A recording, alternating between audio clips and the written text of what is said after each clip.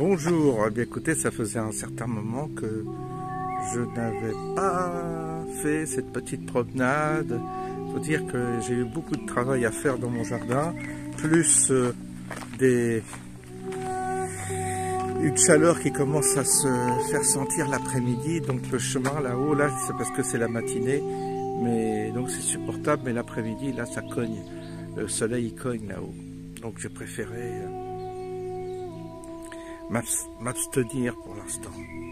Et puis j'avais pas d'inspiration précise ces derniers jours, étant donné que j'ai l'impression que rien ne bouge vraiment, si ce n'est que ça continue à se dégrader au niveau géopolitique, au niveau sociétal, au niveau de notre pays. Donc on voit bien qu'il y a une dégradation, mais elle est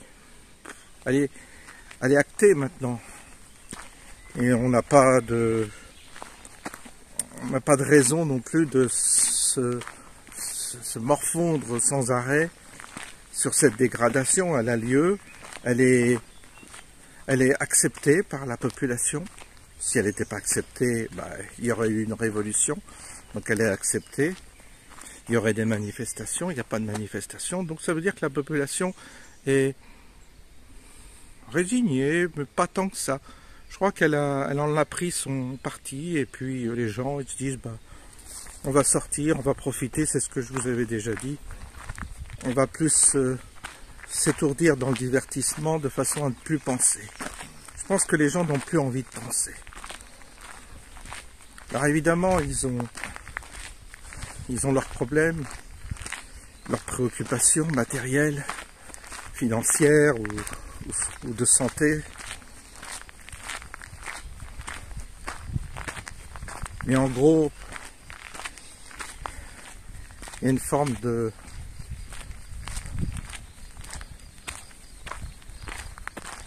forme d'acceptation de la situation, et je crois que là on est arrivé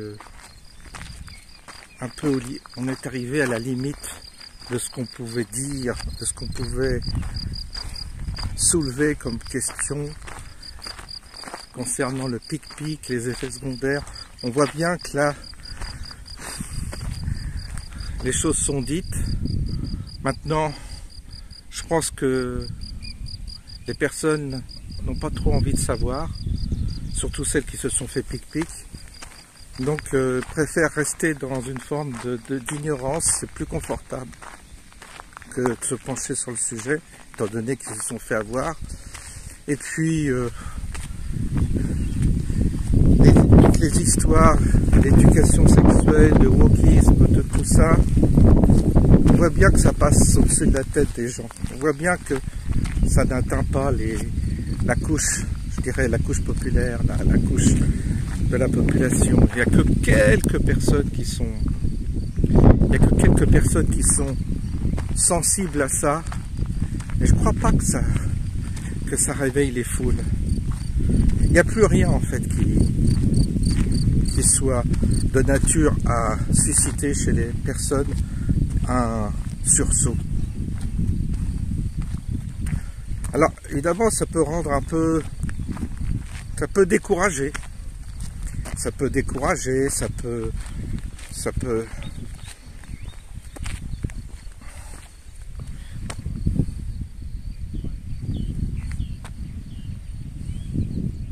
peut décourager.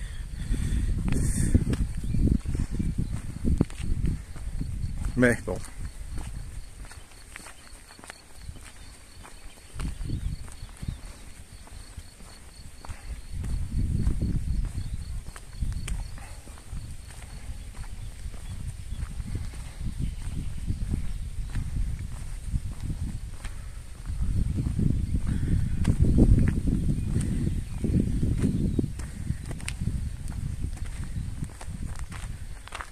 Pas grand chose à vous dire ce matin, non, pas grand chose. Quand je vois quelque chose, je fais un petit montage et je vous le passe.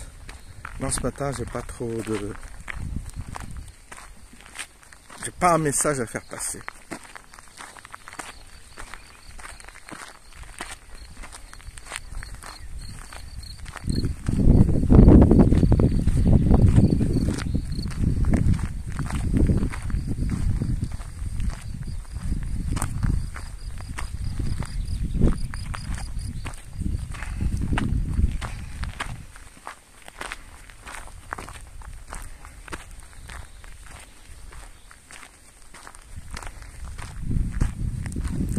Tous ces marchands de rêves, tous ces marchands de spiritualité, d'ésotérisme que je vois, il y a vraiment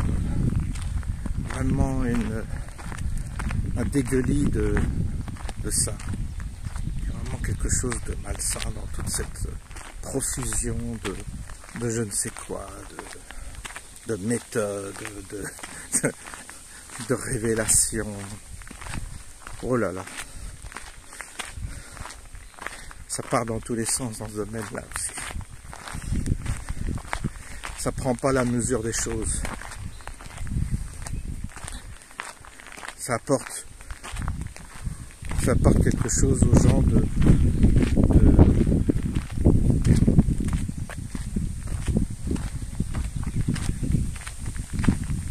d'illusoire.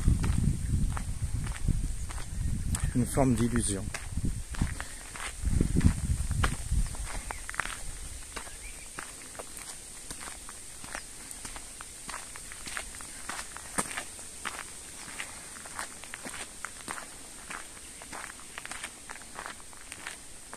Non, c'est agréable quand il fait bon comme ça, c'est agréable d'avoir cette chaleur. On en avait vraiment besoin, vraiment besoin. On a manqué de chaleur. Ça fait vraiment du bien, ça fait du bien au corps.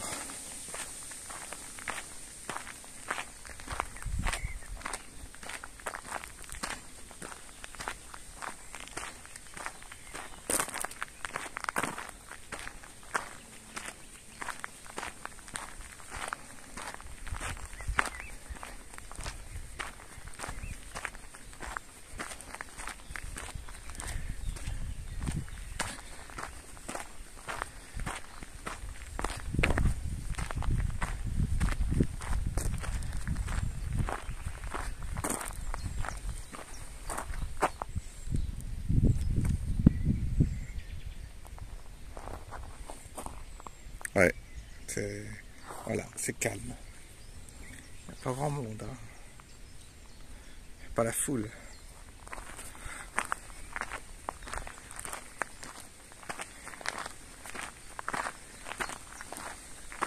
Il y a Bob qui habite en Amérique du Sud,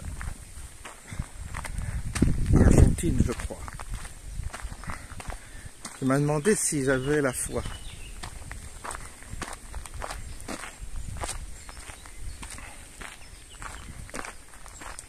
Est-ce que vous avez la foi? Ça, c'est une bonne question. Est-ce que vous avez la foi? Est-ce qu'on peut dire, est-ce que ça signifie encore quelque chose de dire ça? J'ai la foi, oui, tu as la foi. Ah, souvent on posait cette question autrefois. Est-ce que vous avez la foi? La foi en quoi? Plus on creuse les questions, plus on élargit notre spectre, c'est-à-dire plus on regarde tout le plus large possible, de manière transversale, toutes les questions, pose les questions surnaturelles, les questions d'histoire, les questions de... Je lis en ce moment un livre qu'on m'a offert sur les racines des mythes. Quand on reprend toute la mythologie, ou tout au moins toute l'histoire égyptienne, on s'aperçoit qu'il y a énormément d'éléments qu'on retrouve plus tard dans la Bible, même des symboles et des rites qui sont hérités de l'Égypte ancienne. Ça, c'est indiscutable. Je connaissais un prêtre qui était égyptologue, ça se dit comme ça, et qui était fasciné par les parallèles entre l'histoire du Christ et ce que déjà dans en Égypte, on avait pu découvrir comme, je dirais, parabole, comme mythe, comme histoire, les mêmes histoires en fait. L'histoire de la mort, de la résurrection, l'histoire de l'annonciation. On crée, on va très vite, on crée des parallèles et on s'aperçoit que la chronologie, telle que nous on la considère, elle est certainement fausse. Bon, ça c'est un aspect de réflexion. Et on se dit, oui, c'est quoi ces révélations, c'est quoi ces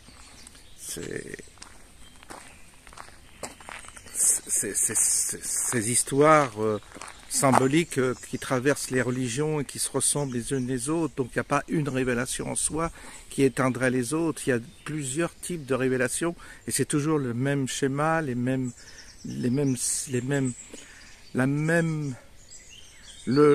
logiciel avec des couleurs différentes, avec des histoires un peu, avec des habits différents, mais l'histoire de fond est toujours la même. On retrouve sans arrêt ces mêmes histoires à travers différentes religions. Donc ça pose question quand on vous demande est-ce que vous avez la foi, on dit oui la foi, mais la foi qu'est-ce que c'est?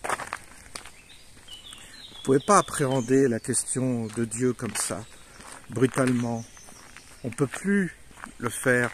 Il faut avoir un esprit, je dirais presque, il faut avoir un esprit limité, un esprit presque enfantin pour se dessiner un Dieu, l'imaginer qu'il est là, nous regarder et tout ça. C'est après bien des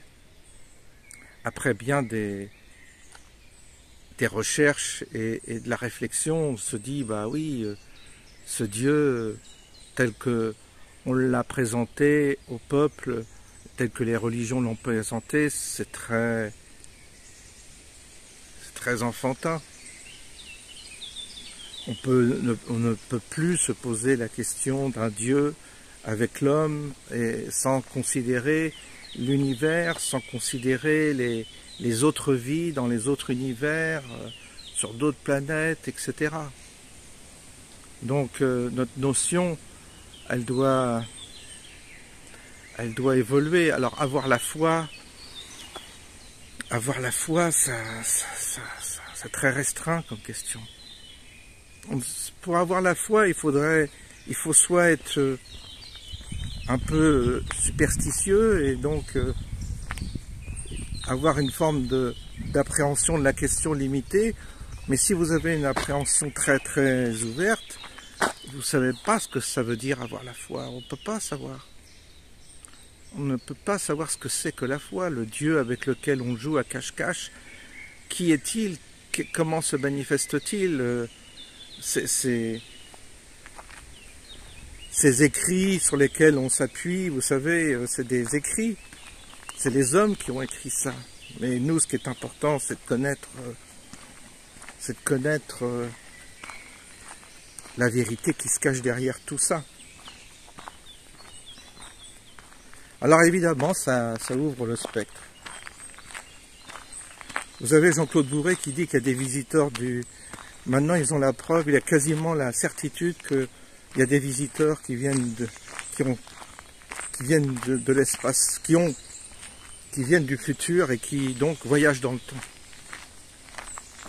Bah, si vous voyagez dans le temps, ça change pas mal de paradigmes pour nous.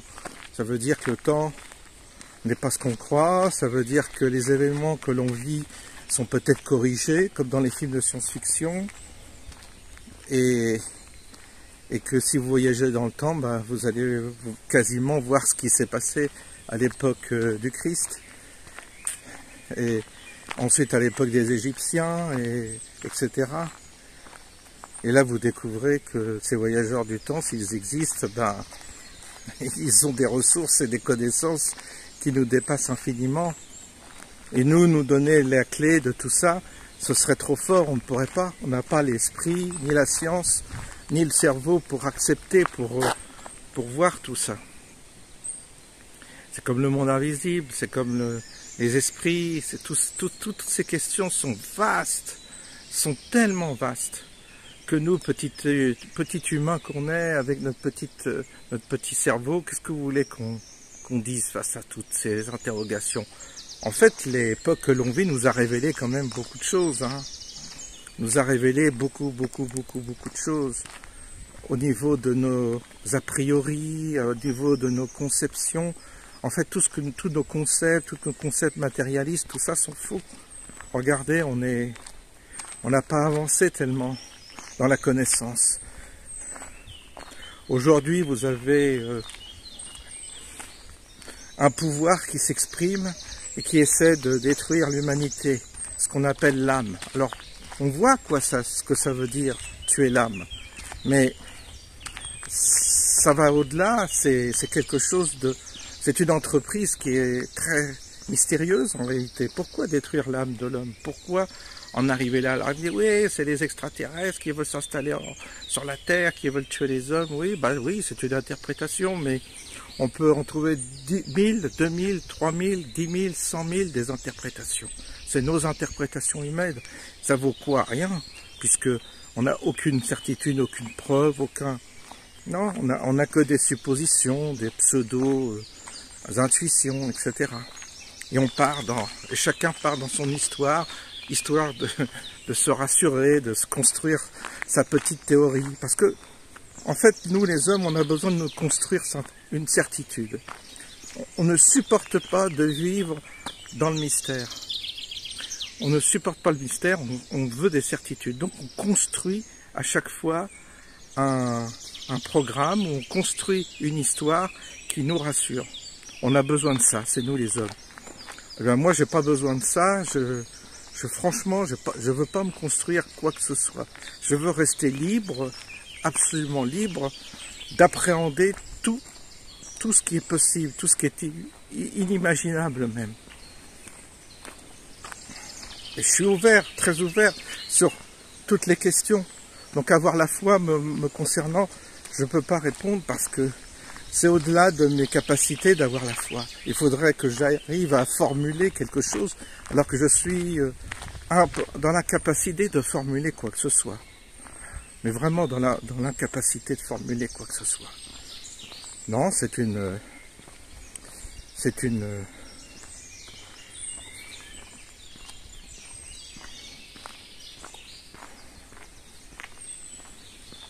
Je pense que certains me comprennent. Alors évidemment, c'est un tourbillon dans lequel on est et qui vous isole. Je l'ai déjà parlé de cette façon d'être isolé. Parce que comment voulez-vous être suivi quand vous n'avez pas de réponse à donner? Vous n'avez pas de réponse à donner. Vous savez, tous ces coachs, tous ces gens qui prétendent savoir ce qu'il vous faut, qu'est-ce que vous devriez faire, comment vous devriez faire pour réussir votre vie, tout ça. Moi, c'est pas mon cas du tout. Je serais incapable d'apporter quoi que ce soit comme réponse.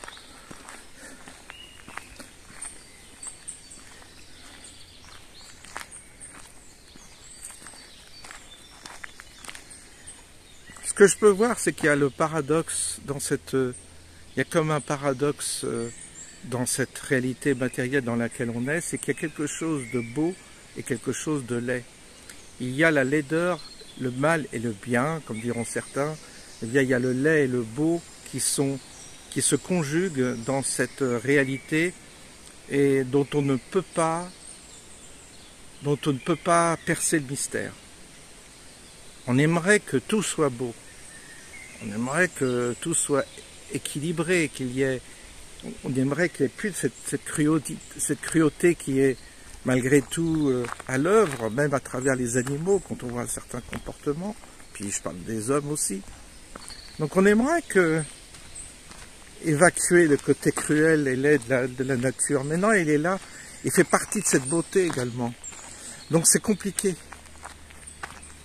Alors tout de suite, je pars dans le yin et le yang et machin, et je te refais une couche d'interprétation que j'ai lue dans des livres ésotériques, et c'est reparti pour un tour.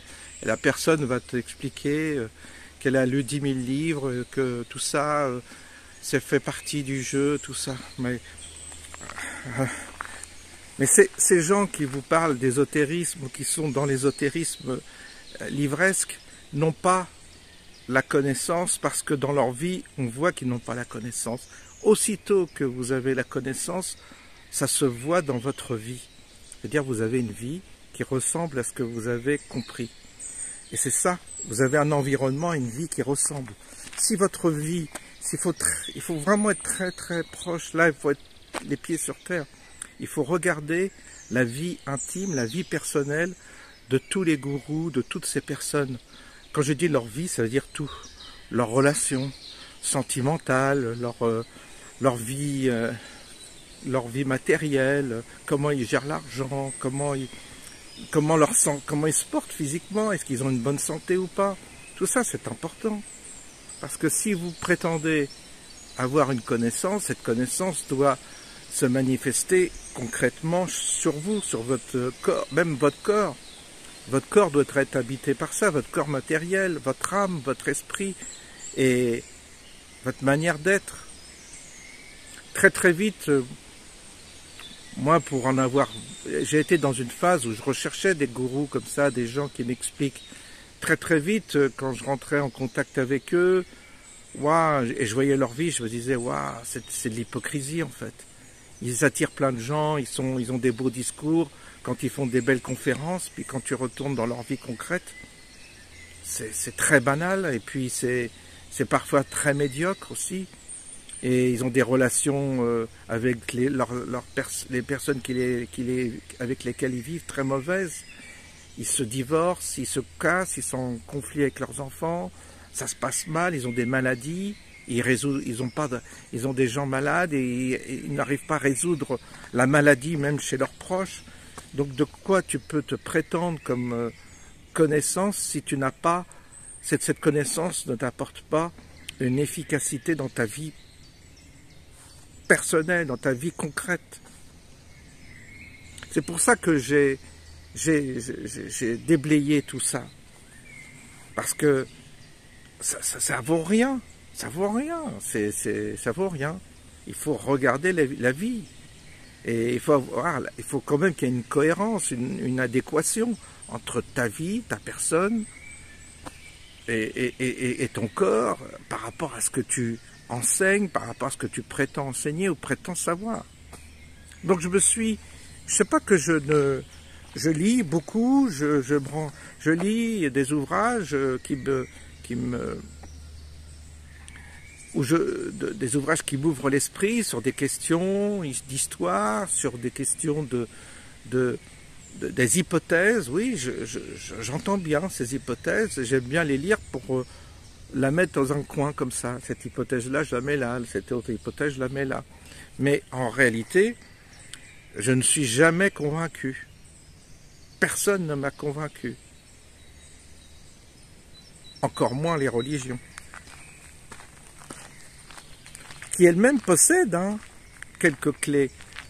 Mais elles les ont lâchées, je dirais, en route, les clés. Et puis elles ont plus c'est hermétique totalement, elles n'ont plus la connaissance pour justement utiliser ces clés à bon escient.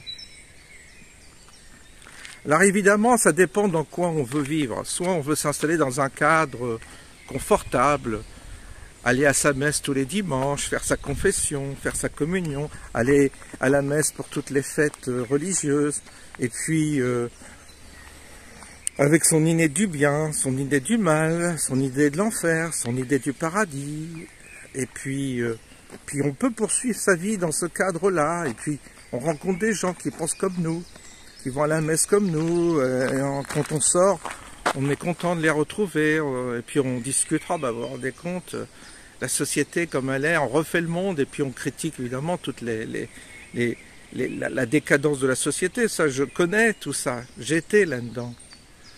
J'en parle en connaissance de cause parce que j'ai été là-dedans. Et je vois qu'on est comme, vous savez, le hamster dans sa roue, c'est-à-dire qu'on circule toujours dans la même direction, on remue toujours les mêmes idées, les mêmes concepts, et puis rien ne bouge. Ce qu'on fait n'a aucune efficacité, et puis Là aussi, les incohérences arrivent, parce qu'on s'aperçoit qu'il y a plein d'incohérences, plein d'hypocrisie, plein de mensonges.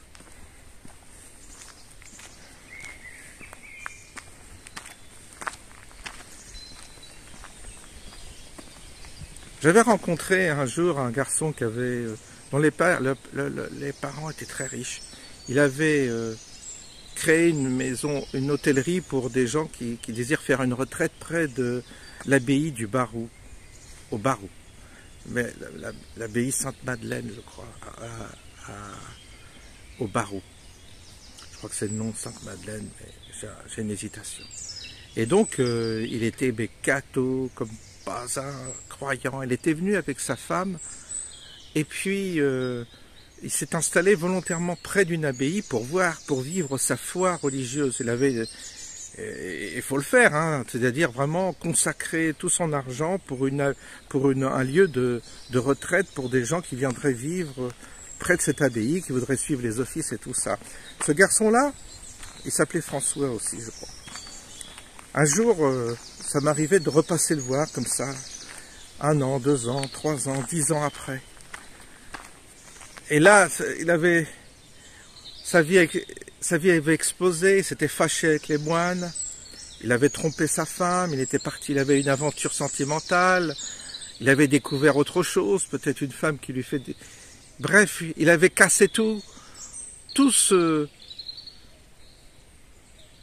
cette trame dans laquelle, toute la trame dans laquelle il s'était défini, tout a explosé, tout. Et pourtant, à la base, il était convaincu, tout. On pouvait dire qu'il avait la foi. Et puis, la vie faisant, rentrant dans cette vie avec une forme de sincérité, il s'est aperçu que tout ça, c'était des carcans qui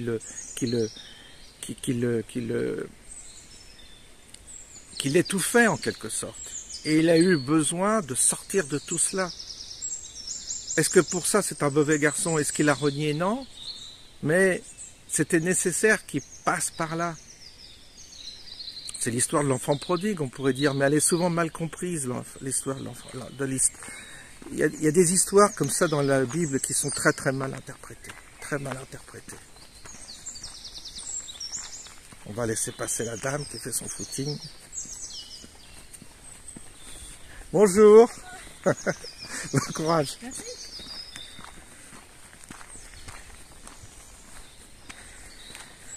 Et donc on voit bien la fragilité de ce type de construction.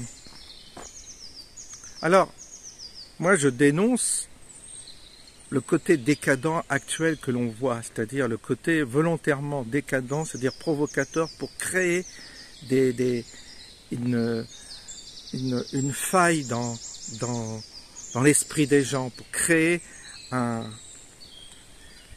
gros problème intérieur. Et aussi chez les enfants, on en a vu, on en a discuté. Mais ça j'arrive à l'identifier. Mais je n'arrive pas à...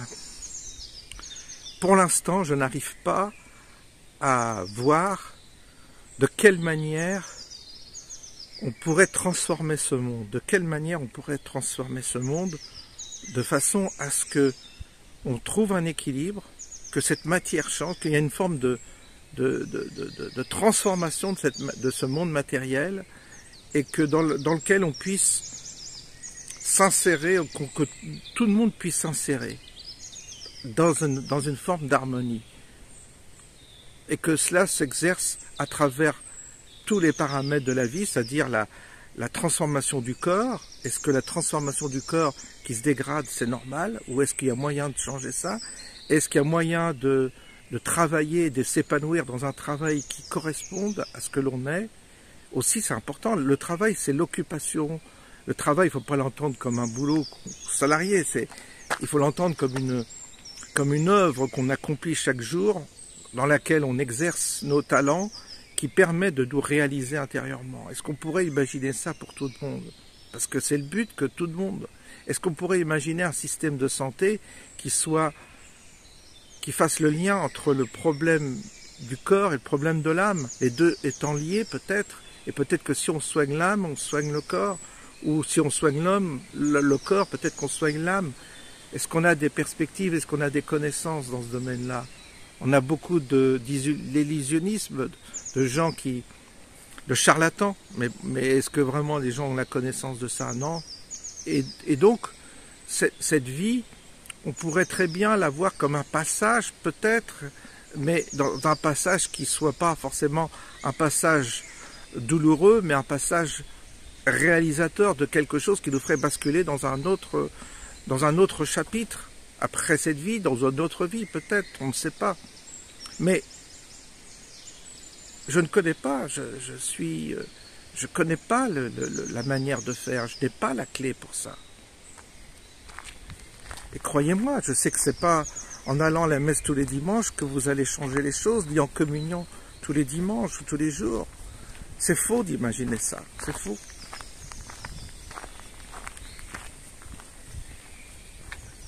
Sinon, ça fait longtemps que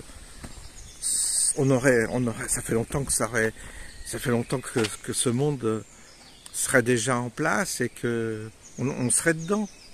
Donc on voit bien l'inefficacité des rituels que l'on a mis en place pour soi-disant sauver l'homme. On n'a pas sauvé l'homme, on a simplement créé une civilisation encore pire. En fait, c'est contre-productif. La preuve, c'est que la civilisation chrétienne a accouché de cet Occident qui est mortifère et satanique. Donc on voit bien qu'il y a quelque chose qui colle pas là. On juge l'arbre à ses fruits. D'ailleurs, quand je dis on juge l'arbre à ses fruits, il faut s'interroger sur la procréation. Je vois beaucoup de couples ou de gens qui ont des problèmes avec leurs enfants aujourd'hui. On appelle ça des problèmes de génération. Non pas qu'il faille culpabiliser, mais je pense que le résultat de cette procréation, il est important de mesurer à quel point c'est révélateur de quelque chose. C'est pas innocent, c'est pas neutre.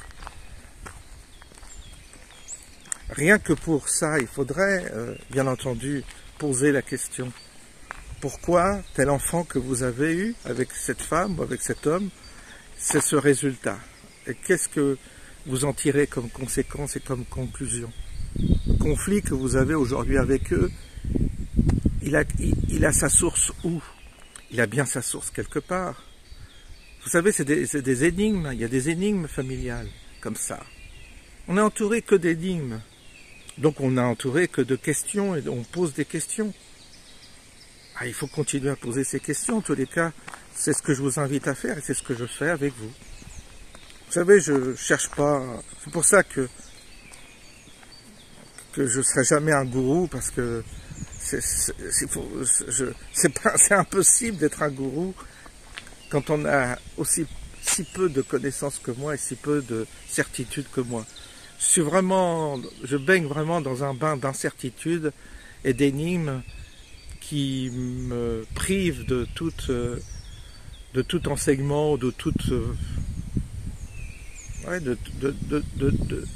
distribuer je ne sais quelle clé. J'ai pas de clé, j'ai pas de... C'est bien maladroitement que je trouve mon équilibre. J'essaie de le trouver au quotidien. Un équilibre fragile, un équilibre subtil et par tâtonnement, c'est tout. Ce n'est que comme ça.